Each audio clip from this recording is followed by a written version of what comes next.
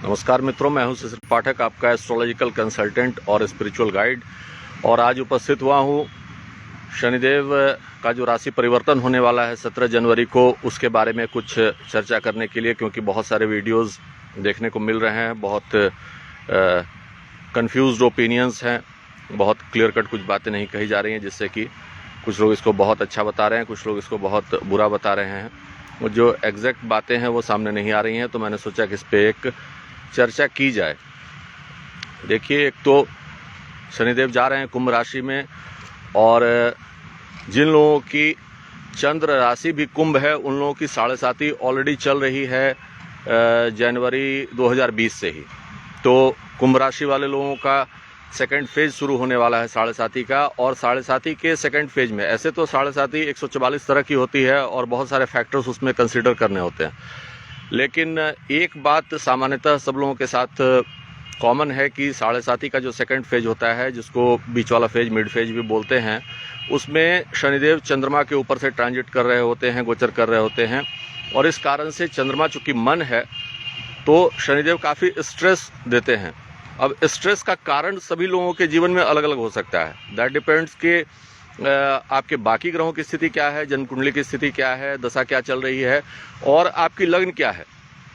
तो जिन लोगों को ये कंफर्म है कि उनकी कुंभ राशि, अगर कंफर्म नहीं है तो आप अपनी जन्म कुंडली में देखें कि चंद्रमा आपकी कुंडली में जहाँ भी लिखा है उसके साथ कौन सा डिजिट, कौन सा अंक लिखा है। अगर उसके साथ 11 अंक लिखा है तो इसका मतलब है कि आप कुंभ राशि के व्यक्ति हैं, और इन दैट केस आपको इस वीडियो को जरूर देखना चाहिए।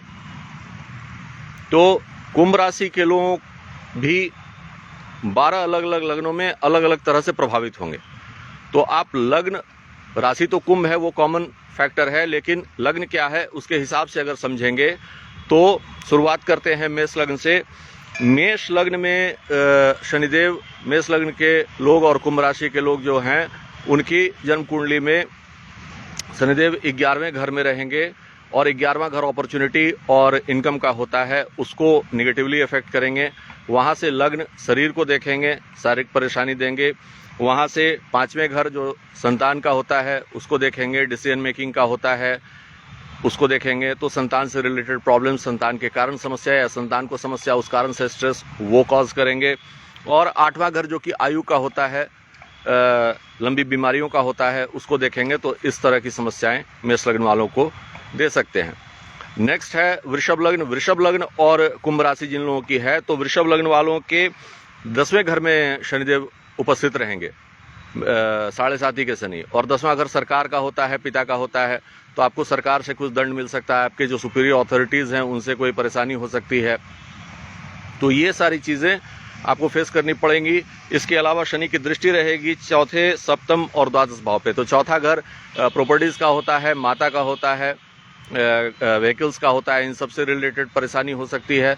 7वां स्थान दाम्पत्य होता है, और द्वादश जो 12वां घर है वो खर्च का होता है। तो ओवर एक्सपेंस हो सकता है, पति या पत्नी के रिलेशन में प्रॉब्लम्स हो सकते हैं। तो ये वृषभ लग्न वालों के लिए समस्या हो सकती है। मिथुन लग्न में बैठे रहेंगे शनिदेव 9वें भाव में, भाग्य स्थान में। तो आपको लगेगा कि धर्म से थोड़ी अरुचि होगी और भाग्य बहुत सपोर्ट नहीं करेगा। जो इनकी दृष्टि रहेगी वो 3रे, 6ठे और एकादश भाव पे रहेगी। तीसरा मतलब भाई बहनों से संबंध खराब हो सकता है, पड़ोसियों से संबंध खराब हो सकता है, आप जो प्रयास करेंगे उसमें सफलता नहीं मिलेगी। 6ठा घर रोग, शत्रु और कर्ज का है। तो फाइनेंशियल कंडीशन ऐसी हो सकती है कि आपको कर्ज लेना पड़े, या कुछ पुराने शत्रु वापस से एक्टिव हो जाएं। और 11वां घर अपॉर्चुनिटी और इनकम का होता है, उससे अफेक्टेड आप हो सकते हैं। कर्क लग्न की बात करें तो 8वें घर में बैठे रहेंगे शनिदेव, लंबी बीमारी दे सकते हैं, ससुराल से परेशानी हो सकती है, और उनकी दृष्टि रहेगी दूसरा जो धन स्थान है वहाँ, 5वां जो संतान स्थान है वहाँ, और 10वां जो सरकार और पिता का घर है वहाँ। तो इन सब से रिलेटेड आपको प्रॉब्लम्स कर्क लग्न और कुंभ राशि वाले लोगों को हो सकती है। सिंह लग्न और कुंभ राशि की बात करें तो 7वें घर में पति या पत्नी के स्थान में बैठे रहेंगे, तो आपका दाम्पत्य जीवन थोड़ा प्रॉब्लम में आ सकता है।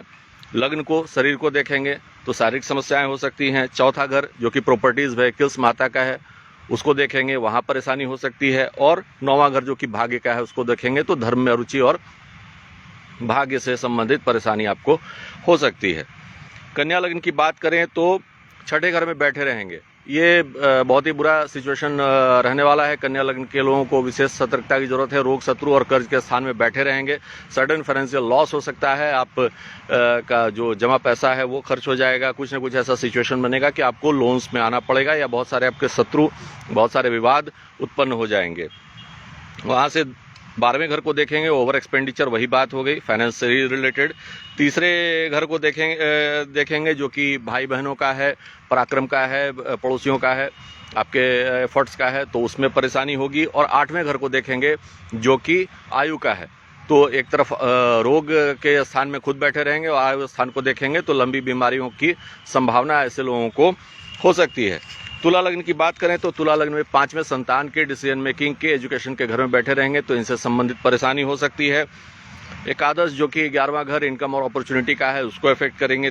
द्वितीय घर जो कि धन का है, जमा पैसे का है और कुटुंब का है, तो वहाँ पे आपके जमा पैसे को खर्च करवाएंगे। और कुटुंब में, परिवार में इस तरह की कुछ परेशानी हो सकती है कि जो गलतियाँ आपने न की हैं उसका भी दोष आपके ऊपर आ जाए और उस कारण से आपको परेशानी हो। और 7वें घर पति या पत्नी के स्थान को देखेंगे तो दाम्पत्य स्थान भी कलहपूर्ण हो सकता है। वृश्चिक लग्न की बात करें तो चौथे माता और प्रॉपर्टी के घर में बैठे रहेंगे, व्हीकल्स के घर में बैठे रहेंगे, इन सब चीज़ों से समस्याएं देंगे।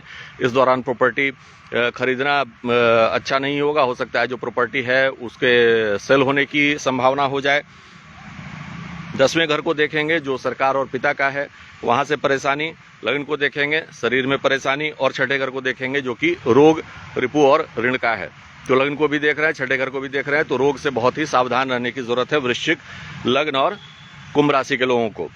धनु लग्न और कुंभ राशि की बात करें तो तीसरे स्थान में शनिदेव बैठे रहेंगे, छोटे भाई बहनों के पराक्रम के स्थान को वहाँ बैठे रहेंगे, तो इन सब चीज़ों को इफेक्ट करेंगे। और देखेंगे कहाँ, तो 9वें भाव को देखेंगे, द्वादश को देखेंगे और पंचम को देखेंगे। संतान से सबसे ज़्यादा परेशानी ऐसे लोगों को होने वाली है, तो संतान से, या संतान के कारण, या संतान खुद कष्ट में रहे उस कारण से।